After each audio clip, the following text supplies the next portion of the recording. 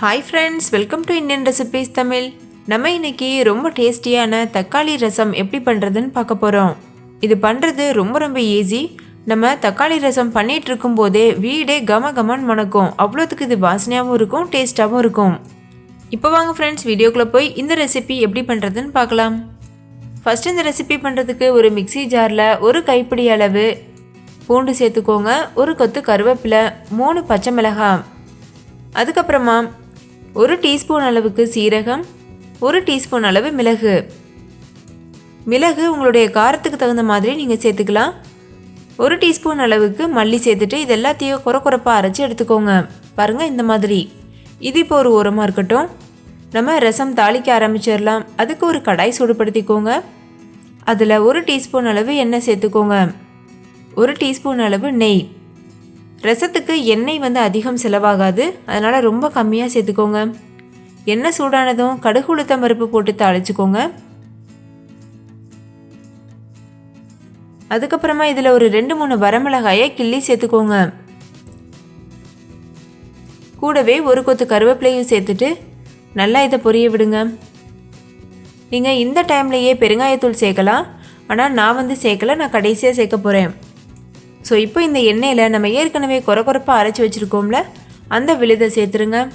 சேர்த்துட்டு இதை ஒரு தடவை நல்லா வதக்கிக்கோங்க. இந்த எண்ணெயில் வதக்கிறதுனால ரசத்தில் இதோட ஃப்ளேவர் ரொம்ப சூப்பராக இறங்கும். லோ ஃப்ளேம்லேயே வச்சுட்டு இது நல்லா வதக்கிக்கோங்க. அதுக்கப்புறமா இதில் ஒரு பெரிய சைஸ் தக்காளியை பொடியை நறுக்கிட்டு சேர்த்துக்கோங்க. சின்ன தக்காளியாக இருந்ததுன்னா 2 தக்காளி சேர்த்துக்கலாம். இப்போ இதில் தேவைப்பட்டால் கொஞ்சம் போல் தண்ணி சேர்த்துக்கோங்க. நான் ஒரு 1/4 கப் அளவு தண்ணி சேர்த்துருக்கேன். தேவையில்லைன்னா நீங்கள் தண்ணி சேர்க்க தேவையில்லை, அப்படியே அந்த எண்ணெயிலே கூட வதக்கலாம். இப்போ கொஞ்சம் போல் உப்பு சேர்த்துட்டு இதை மறுபடிக்கும் நல்லா வதக்கிக்கோங்க. உப்பு சேர்த்து வதக்குறதுனால தக்காளி சீக்கிரமாக வதங்கிடும். தக்காளி நல்லா மைய நசுங்கி வதங்குற வரைக்கும் வெயிட் பண்ணுங்க.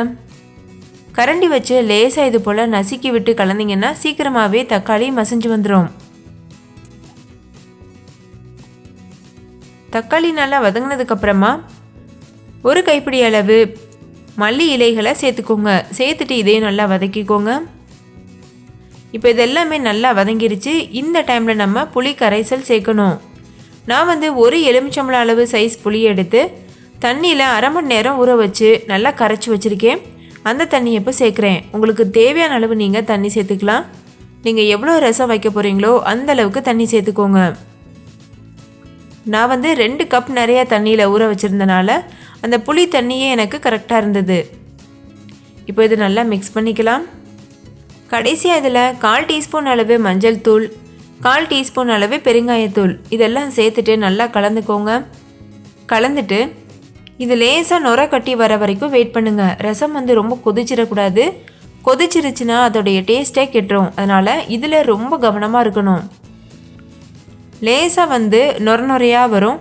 அந்த மாதிரி நுரைச்சி வரும்போது நம்ம ஸ்டவ் ஆஃப் பண்ணிடணும். அப்போ தான் ரசம் நல்ல வாசனையாக கமகமன்னு இருக்கும், டேஸ்ட்டாகவும் இருக்கும். இப்போ பாருங்கள் லேசாக நுரைச்சி வர ஆரம்பிச்சிருச்சு. இது போல தான் இருக்கும். இந்த டைமில் நம்ம ஸ்டவ் ஆஃப் பண்ணி சர்வ் பண்ணிடலாம். ஓகே ஃப்ரெண்ட்ஸ், நீங்களும் கண்டிப்பாக இந்த கமக்கிற தக்காளி ரசத்தை ட்ரை பண்ணி பாருங்கள். ட்ரை பண்ணிவிட்டு உங்கள் எக்ஸ்பீரியன்ஸை கமெண்ட்லேயும் கூட ஷேர் பண்ண மறந்துடாதீங்க. இந்த வீடியோ உங்கள் எல்லாருக்கும் ரொம்ப பிடிச்சிருக்குன்னு நம்புகிறேன். பிடிச்சிருந்தா லைக் பண்ணுங்கள், உங்கள் ஃப்ரெண்ட்ஸ் கூட நிறைய ஷேர் பண்ணுங்கள். ஸோ உங்களை பார்த்து பயன்பெறட்டும். இன்னொரு சூப்பரான ரெசிபியோடு நான் உங்களை சந்திக்கிறேன். அதுக்கு முன்னாடி நம்ம சேனல் இந்தியன் ரெசிபீஸ் தமிழை சப்ஸ்கிரைப் செய்யாத நண்பர்கள் சப்ஸ்கிரைப் செய்துக்கோங்க. ஓகே ஃப்ரெண்ட்ஸ், தேங்க்யூ, பாய்.